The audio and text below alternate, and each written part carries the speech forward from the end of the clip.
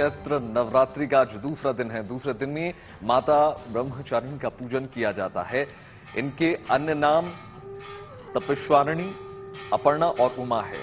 माता की पूजा करने से व्यक्ति के सभी काम जो हैं बिगड़ जाते हैं, जो उनको पूरा हो जाता है। अगर वो सही ढंग से उपासना करें, व्रत करें, कार्यों में आ रही रुकावटें दूर हो जाती हैं, बाधाएं दूर हो जाती हैं और विजय के पथ पर वो अग्रसर हो जाते हैं। इसके अलावा माता के आशीर्वाद से हर तरह की परेशानियां खत्म हो जाती हैं। मां ब्रह्मचारिणी के नाम का अर्थ काफी खास माना जाता है। ब्रह्मा का अर्थ है तपस्या और चारिणी का अर्थ है आचरण। हिंदू मान्यताओं के अनुसार मां ब्रह्मचारिणी की पूजा करने से त्याग, वैराग्य, सदाचार और संयम की वृद्धि होती है। इसके अलावा देवी की पूजा करने से व्यक्ति का आत्मविश्वास बढ़ता है, जिससे वो बिना घबराए जीवन की समस्त चुनौतियों का सामना कर सकता है और आगे बढ़ सकता है।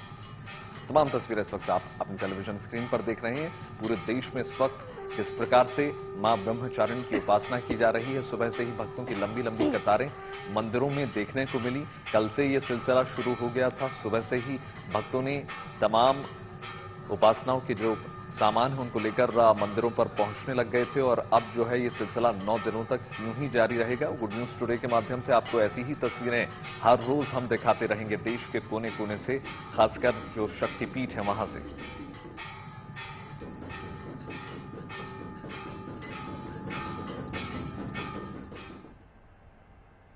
नवरात्रि के दूसरे दिन मां ब्रह्मचारिणी की पूजा आराधना की जाती है। ब्रह्म का अर्थ है तपस्या और चारिणी यानी आचरण करने वाली। इस प्रकार ब्रह्मचारिणी का अर्थ हुआ तप का आचरण करने वाली। कहते हैं नवरात्रि में इनकी पूजा समस्त मनोकामनाओं को पूरा करने वाली होती है। कैसी होती है महाब्रह्मचारिणी की पूजा, क्या है उनकी पूजा का विधि विधान, बता रहे हैं ज्योतिषाचार्य पंडित शैलेंद्र पांडे। माता ब्रह्मचारिणी को ज्ञान की, तपस्या की और वैराग्य की देवी माना जाता है। कठोर साधना करने की वजह से और ब्रह्म में लीन रहने की वजह से इनको ब्रह्मचारिणी कहा जाता है। माता को सफेद वस्तुएं अर्पित करिएगा, जैसे मिश्री, शक्कर या पंचामृत। ज्ञान और वैराग्य का कोई भी मंत्र जपा जा सकता है, जिससे विद्या, बुद्धि और वैराग्य की प्राप्ति हो। देखिए, वाराणसी में मां ब्रह्मचारिणी मंदिर सुबह से ही भक्तों से लगातार गूंज रहा है और भक्त मां से मुराद मांगने सुबह से ही मंदिर पहुंच रहे हैं। कैसा बनारस के ब्रह्मचारिणी मंदिर में आस्था का रंग बता रहा है हमारे संवाददाता दिखा रहे रोशन जायसवाल। देखिए, नवरात्रि के दूसरे दिन माता ब्रह्मचारिणी के दर्शन की मान्यता है और वाराणसी में इनका यह प्राचीन मंदिर शहर के कोतवाली थाना क्षेत्र के अंतर्गत आने वाले दुर्गा घाट इलाके में मां ब्रह्मचारिणी देवी दुर्गा मंदिर के नाम से स्थित है और यह प्राचीन मंदिर बहुत ही पुराना बताया जाता है और यहाँ पर कहा जाता है कि अनादिकाल से ही मां अपने भक्तों को दर्शन देती हैं, उनके सारी मनोकामनाओं की पूर्ति करती हैं। मां के नाम में ही जैसा कि परिलक्षित होता है कि ब्रह्मचारिणी यानी तप की उपासना करने वाली देवी, और मां अपने भक्तों की सारी इच्छाओं की पूर्ति करती हैं। और कहा जाता है कि मां के एक हाथ में जहां तप की माला होती है तो वहीं दूसरे हाथ में कमंडल होता है और आज के दिन विशेष दर्शन से भक्तों की सारी मनोकामनाओं की पूर्ति होती है।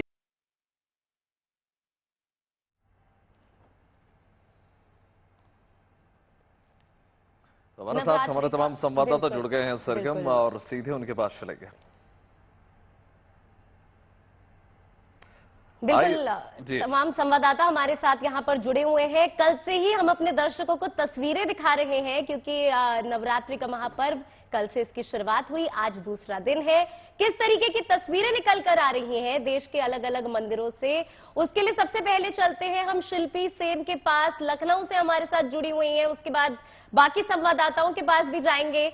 पहले तो आप ये बताएं मुझे कि कल जिस तरीके की तस्वीरें सामने आई थी, भक्तों की भीड़ सुबह से ही उमड़ती हुई नजर आई। किसी ने माता के जयकारे लगाए, किसने अपने सर पे पट्टे बांधे माता के। आज किस तरह की वहां से तस्वीरें आ रही हैं, क्योंकि वहां पे मंदिर प्रांगण में आते ही भक्ति का आभास तो हो ही जाता है शिल्पी।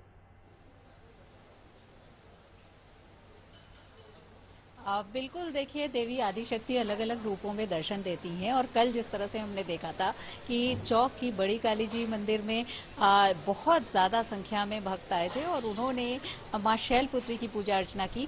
उस तरह से आज मैं बताऊं, सबसे पहले मैं कहाँ हूं, मैं चंद्रिका देवी मंदिर में हूं, यानी मां चंद्रिका देवी का वो धाम जिसको आसपास के सभी लोग जानते हैं, क्योंकि वैसे तो देखिए स्कंद पुराण में जिक्र आया है इस मंदिर का, देवी का, और कथा जो है इसकी महाभारत के महाबली बर्बरीक से जुड़ी हुई है। उनकी ममतामयी मां का नाम था चंद्रिका देवी और उनसे भी संबद्ध किया जाता है। लेकिन आप देखिए लोग लगातार कतार में खड़े हैं और जैसा कि आपने कहा, क्योंकि भावनाएं लोगों के मन में जो होती हैं वो स्वयं व्यक्त कर सकते हैं ज्यादा अच्छी तरह। आपने प्रसाद चढ़ा लिया? हाँ, यहाँ पे प्रसाद मैंने चढ़ाया। सिद्ध मंदिर है मां चंद्रिका देवी का। आप कब से आती रही हैं और क्या मनोकामना आपकी भी पूर्ण होती है? वैसे हम कानपुर के रहने वाले हैं, यहाँ पे लखनऊ में हमारी शादी हुई है, तो यहाँ पे फिर जब से शादी हुई उसके बाद से आने लगे हैं। अच्छा, मैं बताऊं कि चंद्रिका देवी आसपास के कई गांव की कुल देवी भी हैं। कुछ भी मांगलिक कार्य अगर होता है तो लोग यहाँ आते हैं। आप बताइए कितना सुकून, कितनी शांति। मुझे तो बहुत शांति का आभास हो रहा है। बहुत श्रद्धा, बहुत सुकून मिलता है। मैं यहाँ से करीब 30 साल से आ रहा हूँ। जब ये मंदिर बहुत छोटे रूप में था तब से हम माता चंद्रिका देवी के दर्शन से आ रहे हैं, करने आ रहे हैं, और यहाँ आके बहुत आध्यात्मिक और बहुत सुकून, बहुत शांति मिलती है माँ के दर्शन कर। देखिए मैं दिखाना भी चाहूंगी गुड न्यूज टुडे के दर्शकों को एकदम एक्सक्लूसिव माँ चंद्रिका देवी का वो धाम जहां लोग आते हैं अपनी मनोकामना लेकर के। 9 पिंडियों में माँ, ऐसा स्वरूप और कहीं नहीं मिलता। और इस मंदिर की अगर बात करूं, मैं गर्भगृह के पास हूं, लेकिन 3 ओर से आदि गंगा यानी माँ गोमती से। बहुत शुक्रिया आपका दिए, आप जो दर्शन भी आपने करा दिए। और तमाम और भी संवाददाता हमारे साथ जुड़े हुए हैं, रेखा हमारे साथ जुड़ी है, नीतू जुड़े हैं, पारस जुड़े हैं हमारे साथ। पहले पारस आपके पास जाना चाहूंगा। पारस हमारे साथ मुंबा देवी मंदिर से सीधे लाइव जुड़े हुए हैं। पारस, आप तो सबसे पवित्र मंदिर पर इस वक्त मौजूद हैं। मुंबा देवी तो वही मंदिर है जहां से मुंबई का नाम पड़ा। वहां किस प्रकार का श्रद्धालुओं का जोश देखने को मिल रहा है इस बार? बिल्कुल आपने सही कहा, ये वो मंदिर है जहां से मुंबई की नींव रखी गई थी, मुंबई का नाम जहां से पड़ा। ये पवित्र मंदिर इतना प्राचीन है कि लोग मुंबई समेत देश के अलग अलग हिस्सों से नवरात्र और चैत्र नवरात्र पे मां मुंबा देवी के दर्शन के लिए पहुंचते हैं। ऐसे में लोगों का तांता जो है वो आज भी यहाँ पर लग रहा है। लोग अलग अलग जगहों से सुबह से ही कतारों में खड़े हैं और माता मुंबा देवी के दर्शन के लिए जो है वो रुके हुए हैं। लगातार लोग यहाँ पर पहुंच रहे हैं। आरती का समय भी हो गया है, उसके लिए लोग जो हैं अब रोक दिए गए हैं। कतारों को जो है वो रोका गया है। कुछ ही समय में जो है मां मुंबा देवी की आरती की जाएगी। जो तस्वीरें आप अभी देख रहे हैं उन तस्वीरों में जो है मां अन्नपूर्णा आपको दिखाई पड़ेंगी। वो उनको सजाया जा रहा है, उनको आभूषण पहनाए जा रहे हैं, आरती की पूरी तैयारियां की जा रही हैं। ऐसे में लोगों को इस मंदिर को लेकर काफी ज्यादा श्रद्धा है।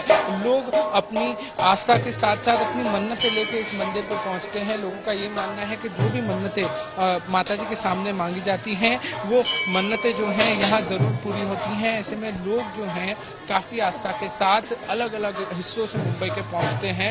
बहुत प्राचीन मंदिर है, लोगों की श्रद्धा काफी है इस मंदिर को लेकर, लोगों में आस्था काफी है। वहीं आज माँ ब्रह्मचारिणी जी जो थी उनका पूजन किया जाता है, उनके लिए पूजा अर्चना की जाती है। ऐसे मंदिर में भी जो है वो पूजा की तैयारियां की गई हैं, पूजा की जाती है और माँ की जो है वो आराधना की जाती है। बिल्कुल पारस, और हमारे साथ रेखा कराकोटी भी जुड़ी हुई है कालकाजी से। रेखा, कालकाजी में तो बहुत लंबे समय से वहां पर काम चल रहा है और आज जो दूसरा दिन है नवरात्रि का, वहां पर किस तरीके की व्यवस्था है? बिल्कुल सरगम, यहाँ पर काम किसी तरीके का ऐसा लग तो नहीं रहा चल रहा है, लेकिन हाँ जो नवरात्रों की रौनक है वो साफ तौर पर आप मेरे सराउंडिंग से देख रहे होंगे। मैं दिखाना चाहूंगी कि कितनी भीड़ सुबह से ही यहाँ पर इस मंदिर परिसर में लगी हुई है। लोगों का तांता यहाँ पर लगा हुआ है। 51 सिद्धपीठों में से एक कालका जी मंदिर भी है और इसीलिए काफी पुराना मंदिर भी इसे कहा जाता है, पांडवकालीन मंदिर ये है। लोगों की भीड़ यहाँ पर हर बार नवरात्रों में दुगनी हो जाती है और जयकारा सुबह से लग रहा है। यहाँ पर आप देख सकते हैं बड़े बुजुर्ग, छोटे बच्चे और जिन लोगों की नई नई शादी हुई वो भी यहाँ पर पहुंचे हुए। जयकारा यहाँ पर थोड़ा सा लगा। दरबार की जय, वो कालका माई की जय, जयकारा कालका माई का, बोल सच्चे दरबार की जय। कहाँ से आए हैं और कब से यहाँ? हम पलवल से आए हैं और लगभग हर महीने ही माँ के चरणों में यहाँ पे अर्जी लगाने के लिए आते हैं। नवरात्रों में आपको लगता है यहाँ पर कुछ अलग व्यवस्था की जाती है? अरे कुछ नहीं, बहुत अच्छी व्यवस्था है, अच्छे से दर्शन हो रहे हैं सबको माँ के चरणों में। और आज माँ ब्रह्मचारिणी का दूसरा नवरात्रा है, लोग बहुत दूर दूर से माँ के चरणों में दर्शनों के लिए आए हैं। अद्भुत ये नजारा है, वाकई पूरे देश में देखने को मिल रहा है। नीतू भी हमारे साथ झंडेवालान से जुड़ी हुई है। झंडेवालान तो बहुत ही पुराना, बहुत ही प्रख्यात मंदिर है, बहुत ही विश्व प्रसिद्ध ये मंदिर है जहां से दूर दूर से लोग पहुंचते हैं। नीतू, पिछली बार जैसा कि हमने देखा था कि उन्होंने तमाम रोज को डिवाइड किया था 5-6 लाइन्स में, इस बार भी कुछ इस प्रकार देखने मिल रहा है क्योंकि भीड़ बहुत जबरदस्त होगी नीतू वहां पर। देखिए, अगर भीड़ की मैं बात करूं तो यहाँ पर सुबह से ही भक्तों का तांता लगा हुआ है, इसलिए मंदिर में अगर सुरक्षा की बात की जाए या रूट्स की जिस तरह से आपने बात की उसके पुख्ता इंतजाम है जिससे भगदड़ ना मचे। क्योंकि अभी भी अगर आप मेरे पीछे देखेंगे तो किस तरह से कतारों में भक्तों को बांट दिया गया है जिससे आप आराम से लाइनों में आए, माता के दर्शन करें, दर्शन लाभ लें और किसी भी तरह की भगदड़ ना मचे। वहीं एंट्री की भी अगर मैं बात करूं तो वहां पर भी एकदम सही तरीके से सुरक्षा की पुख्ता इंतजाम किए हुए हैं, स्कैनर लगे हुए हैं। आप अपना सामान जो है उसको मशीन के अंदर डालते हैं जिससे आप किसी भी तरह का कुछ भी ऐसा सामान अंदर लेकर ना जाए मंदिर परिसर में। और सुबह दिव्य आरती के बाद से ही लगातार भक्त आ रहे हैं माता के दर्शन करें, क्योंकि अभी वीकडेज है तब भी आप देखेंगे कि भीड़ जो है काफी ज्यादा है। वहीं जो मंदिर प्रशासन है उनका कहना है कि शनिवार और रविवार के दिन भीड़ काफी ज्यादा हो सकती है। देखिए, हमारे साथ पुजारी जुड़ गए हैं, सीधा उनसे भी मैं बात करना चाहूंगी और हमारे दर्शकों के लिए ये जानकारी लेकर आना चाहूंगी कि झंडेवालान माता का क्या इतिहास है, क्यों ये मंदिर इतना विख्यात है। सबसे पहले आपसे जानना चाहेंगे ये झंडेवाला नाम कैसे पड़ा? जय माता दी। आप जैसे पूछे झंडेवाला नाम कैसे पड़ा, तो इसके पीछे एक कहानी है। यहाँ बद्री भगत जी, बहुत वर्ष पहले बद्री भगत जी होते थे, वो उस समय ये जंगल का जो हुआ करता था तो वो घूमने के लिए यहाँ पर आते थे। माँ के बहुत बड़े भक्त थे वो। तो एक बार रात को सपने में माँ ने आकर कहा कि आप जहाँ घूमने जाते हो वहाँ पर आपको कल एक आदमी दिखाई देगा जिसके हाथ में एक झंडा होगा और उस स्थान पर जहाँ वो खड़ा होगा वहाँ पर आप खुदाई करना जिसके नीचे से माँ प्रकट होगी। बिल्कुल बिल्कुल नीतू, बहुत ही विश्व प्रसिद्ध ये मंदिर है और जैसे मैंने कल भी बताया था कि मेरे बचपन की यादें भी इस मंदिर से बहुत ज्यादा जुड़ी हुई हैं और यही कारण है कि दिल्ली में ये एक ऐसा मंदिर है जहां पर चाहे नवरात्रि का पहला दिन हो या दूसरा दिन हो, लोग जरूर वहां पर पहुंचते हैं। हमारे साथ यहाँ पे चंडीगढ़ से भी हमारे संवाददाता जुड़े हुए हैं, वहां पर चलते हैं। ललित, आप कहां से? चंडीगढ़ भी जाएंगे यहाँ पर वैभव, लेकिन शिल्पी हमारे साथ लखनऊ से जुड़ी हुई हैं। शिल्पी, एक बार फिर से आपके पास यहाँ पर आना चाहूंगी। आपने माता के दर्शन हमें करा दिए हैं, जीएनटी के माध्यम से हमारे दर्शकों को भी हो गया है, लेकिन किस तरीके का कार्यक्रम आज यहाँ पर रहने वाला है ये जानना बहुत जरूरी हो जाता है। देखिए, बिल्कुल सबसे बड़ी बात यह है कि नवरात्र में सुबह से ही, भोर से ही, यूं तो सभी मंदिरों में हमेशा साल भर भोर से ही दर्शन का सिलसिला चलता है, पर नवरात्र में इतनी ज्यादा संख्या में भक्त आते हैं कि पहले तो उनको ही मैनेज करना होता है, वो अपने आप में एक बड़ा कार्यक्रम है। लेकिन सांस्कृतिक कार्यक्रम भी यहाँ होते हैं और समय समय पर जो लोक गायक हैं वो भी आते हैं। वो संध्या के वक्त कार्यक्रम वो होते हैं। लेकिन नागेंद्र जी मंदिर प्रशासन के हमारे साथ हैं और जिस तरह से ये मंदिर है, हम देखते हैं कि आसपास के कई गांव के लोग, कुछ भी छोटा बड़ा उनके घर में काम होता है तो यहाँ आते हैं। इसका थोड़ा सा इतिहास बताइए जिससे कि लोग ये जान सकें कि क्या है मंदिर की मान्यता। देखिए, आप जहाँ पर खड़े हैं इस समय, ये वो स्थान है जो रामायण काल में भगवान श्री राम के भाई वीर लक्ष्मण, उनके पुत्र थे चंद्रकेत जी। कुंवर चंद्रकेत अपनी सेना लेकर अश्वमेध यज्ञ के लिए उत्तर दिशा में जा रहे थे और जब रात हुआ तो यही जहाँ पे खड़े हैं आप, यही पूरा सेना ने यहाँ पड़ाव डाला और वो रात इत्तेफाक से अमावस्या की रात थी, काली रात थी। अपनी सुरक्षा की दृष्टि से उन्होंने मां जगदम्बे का इसी जगह पे आवाहन किया और मां ज्योतिपुंज के रूप में यहाँ एक पेड़ था नीम का, उसी जड़ पे प्रकट हुई। आप देख रहे हैं पिंडी रूप में वही पिंडी है ये। बिल्कुल तमाम इतिहास समेटे हुए अपने अंदर। रेखा भी हमारे साथ लगातार जुड़ी हुई। रेखा, आपके पास दोबारा आना चाहूंगा। रेखा जो है कालका जी से जुड़ी हुई हैं। रेखा, आज ब्रह्मचारिणी जी का उपासना हम सभी कर रहे हैं, आप तो खुद वहां पर मौजूद हैं, आप सौभाग्यशाली, हम दर्शन भी कर पा रहे हैं। आप भक्तों से भी बात करने की कोशिश कीजिए, क्योंकि इस बार जो है जोश बहुत हाई देखने को मिल रहा है, क्योंकि कोरोना का कोई डर नहीं है जो है। रेखा,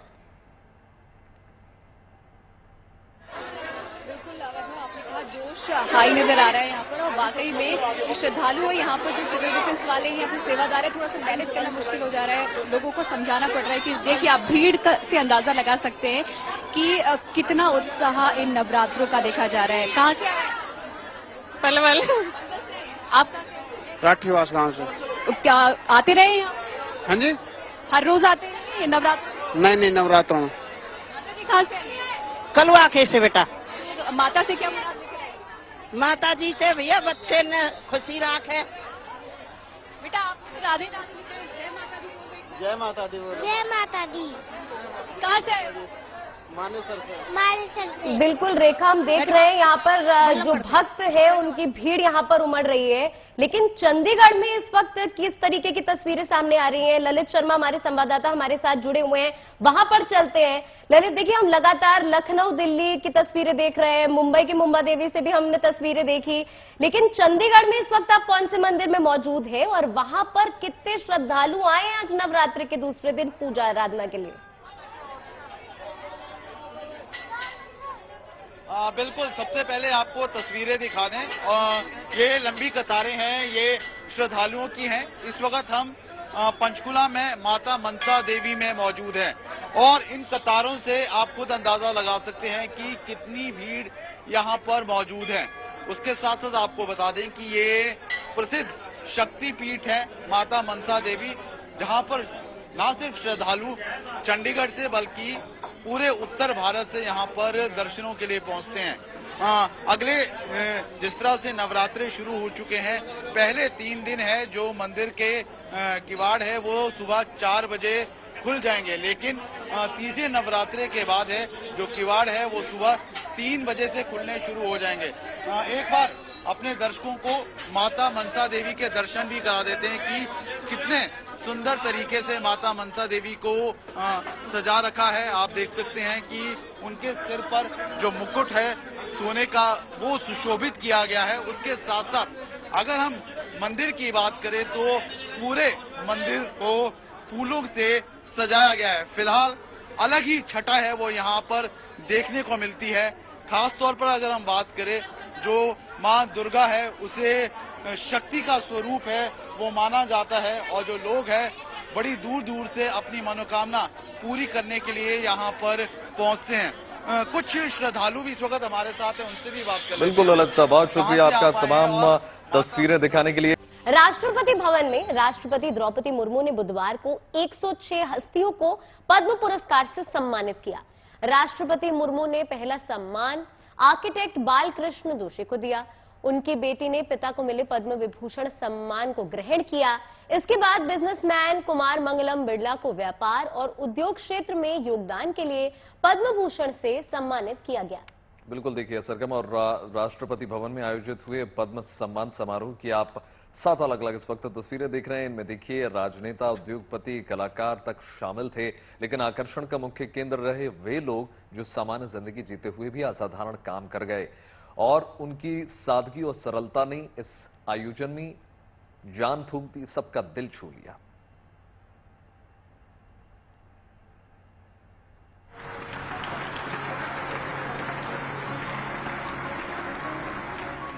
पद्म पुरस्कार एक सम्मान जो सालों की साधना के बाद मिलता है, जो देश को आगे बढ़ाने की ईमानदार कोशिश को मिलता है। सम्मान जो भारतीयता को बचाए रखने के लिए मिलता है, जो भारतीय लोक परंपराओं, लोक कलाओं को जिंदा रखने के लिए मिलता है। इस बार पद्म पुरस्कारों से सम्मानित होने वालों में कई ऐसे चेहरे नजर आए जिनका नाम शायद आपने पहले कभी सुना न हो, जिन्हें आपने कभी देखा न हो। सामान्य सी जिंदगी जीने वाले इन असाधारण लोगों को पद्मा अवार्ड से सम्मानित किया गया।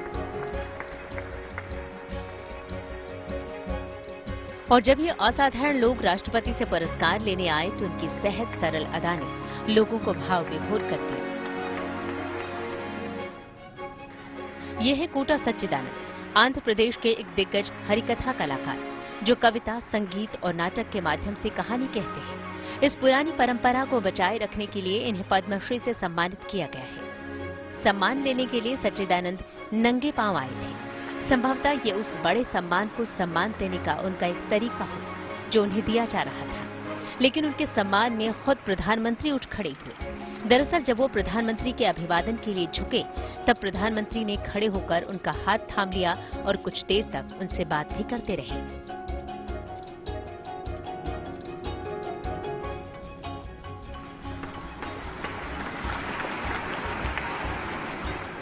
ये हीराबाई लोबी है, गुजरात के सिद्दी समुदाय से आती हैं।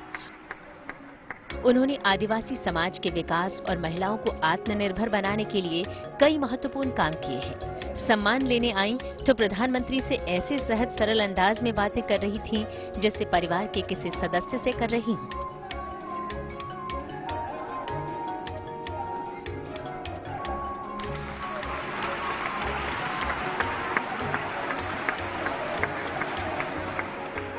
छत्तीसगढ़ की मशहूर लोक गायिका उषा बारले ने तो सबका दिल जीत लिया। उनके अभिवादन का पारंपरिक अंदाज लोगों के दिल को छू गया। सम्मान लेने आई उषा ने घुटनों पर बैठकर राष्ट्रपति और प्रधानमंत्री का पारंपरिक अंदाज में अभिवादन किया।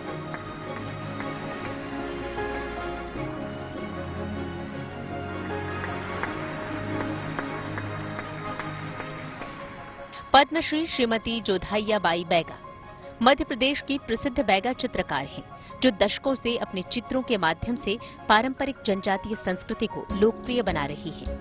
80 की उम्र पार कर चुकी हैं, पढ़ी लिखी नहीं है, लेकिन उम्र के इस पड़ाव में भी रुकना नहीं चाहती हैं।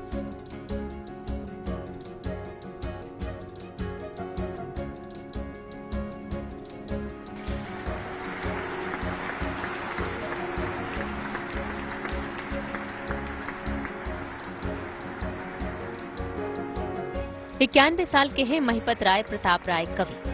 गुजरात के कठपुतली कलाकार हैं। 500 से अधिक शो कर चुके हैं। अपने नाटकों के माध्यम से सामाजिक मुद्दों पर जागरूकता फैलाने में उल्लेखनीय योगदान के लिए उन्हें पद्मश्री से सम्मानित किया गया। सम्मान लेने व्हीलचेयर पर आए, सबका अभिवादन भी व्हीलचेयर पर बैठे बैठे किया, लेकिन जब सम्मान ग्रहण करना था तो बैठकर सम्मान लेना उन्हें ठीक नहीं लगा। उन्होंने राष्ट्रपति से गुजारिश की कि वो खड़े होकर सम्मान ग्रहण करेंगे।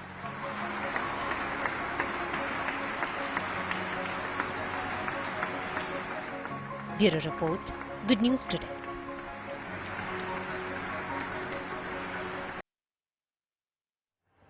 दिल्ली हाट में इन दिनों बिहार उत्सव चल रहा है, जो अगले 16 दिन तक चलने वाला है, यानी 31 मार्च तक उत्सव बिहार का है। तो जाहिर है इसमें वहां की संस्कृति, वहां की कला और परंपरा के साथ साथ स्वाद का रंग भी जमा है।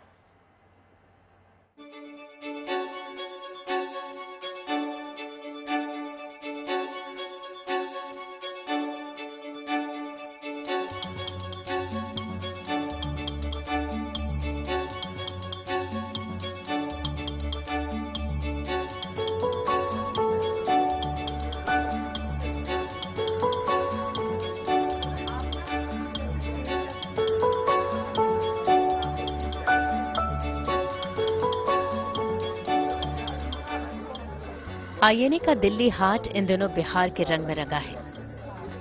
घर की सजावट से लेकर खान पान और परिधान तक सब कुछ है यहाँ, जिसमें आपको बिहार की लोक कला और संस्कृति की झलक मिलेगी।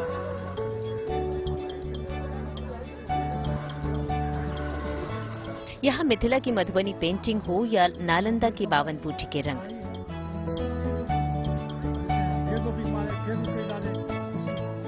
भागलपुरी सिल्क हो या मधुबनी का सिक्की आर्ट, दिल्ली हाट में मौजूद हूँ जहाँ पर बिहार उत्सव चल रहा है। 120 स्टॉल्स यहाँ पर लगाए गए हैं। एक से बढ़कर एक बिहार की कलाकृति, वहाँ की संस्कृति परंपरा देखने को मिल रही है। जो सबसे फेमस है वो है मिथिला पेंटिंग। उसी के एक स्टॉल में हूँ। क्या नाम है आपका? आशुतोष झा नाम है मेरा। जरा हमें जल्दी से बताइए कि कौन कौन सी पेंटिंग्स यहाँ मिथिला पेंटिंग में भी की जाती है। हाँ जी, मिथिला पेंटिंग 3 तरह की पेंटिंग आती है। एक जो कचनी वर्क आता है, जो इस तरह का पेंटिंग होता है।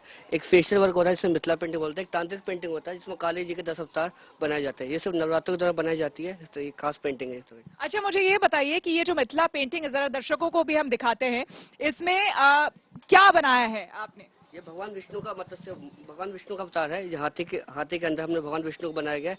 ये जो आर्ट होती है, आपने कलाकार अपने दिमाग से सोच के। लगभग कितना समय लगता है बनाने? इस पेंटिंग को बनाने में 25 दिन का टाइम लग गया। लिट्टी चोखा से अचार बड़ी तक सब भरपूर है यहाँ।